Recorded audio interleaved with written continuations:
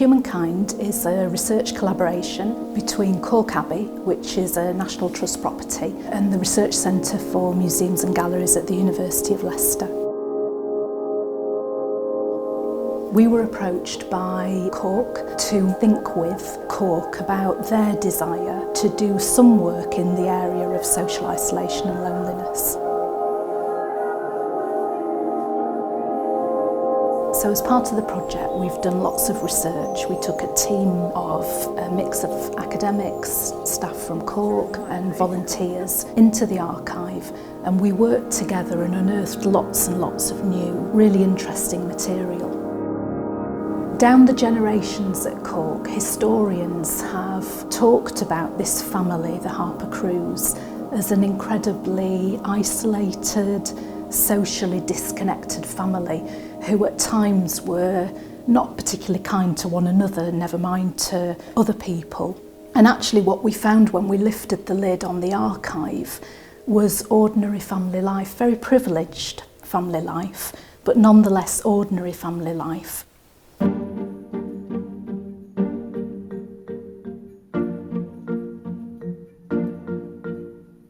And actually the real felt moments of loneliness and isolation, often triggered, just as they are for the rest of us, by moments of transition in our lives or something traumatic that had happened to them. And time and again across all of those stories, their way out of that difficulty was through the kindness and care of other people.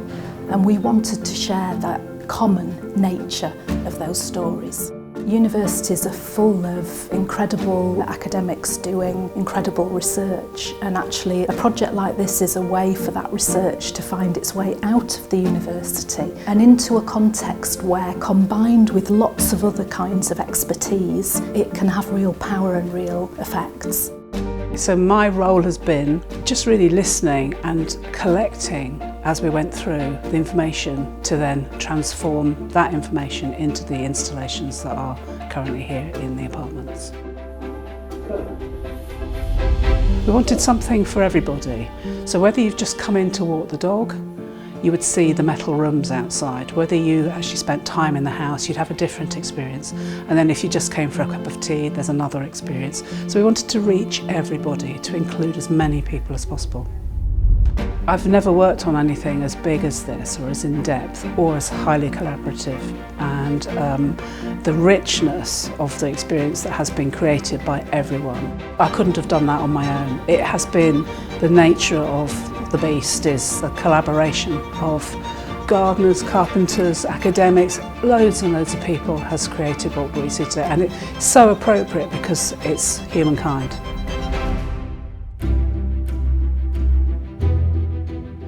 It's been really exciting to watch the very different ways in which visitors have responded to HumanKind, because it's quite a surprising kind of experience. It's not your usual country house experience. We've loved watching families picnic in the landscape rooms. We've loved hearing the conversations that the exhibition and that the pledge wall has opened up. So getting people talking about the issue and thinking about how they can make small gestures, small acts of kindness that tackle the issue today. We've been working with people around the issues of isolation and loneliness, particularly with community groups. So we found that loneliness doesn't discriminate, it affects everyone, but there are particular groups or individuals who are more at risk.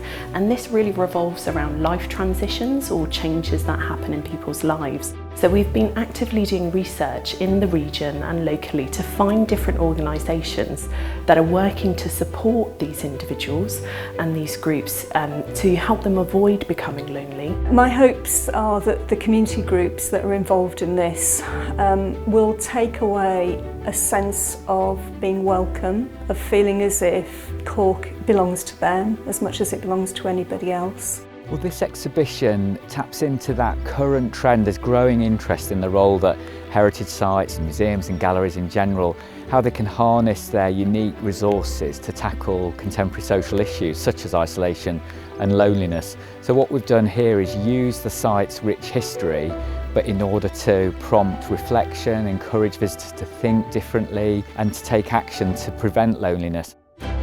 Staff and volunteers here have been involved in the project right from the beginning. So when we started to work with the University of Leicester, we had lots of workshops and meetings where we discussed the ideas that we might have come up with.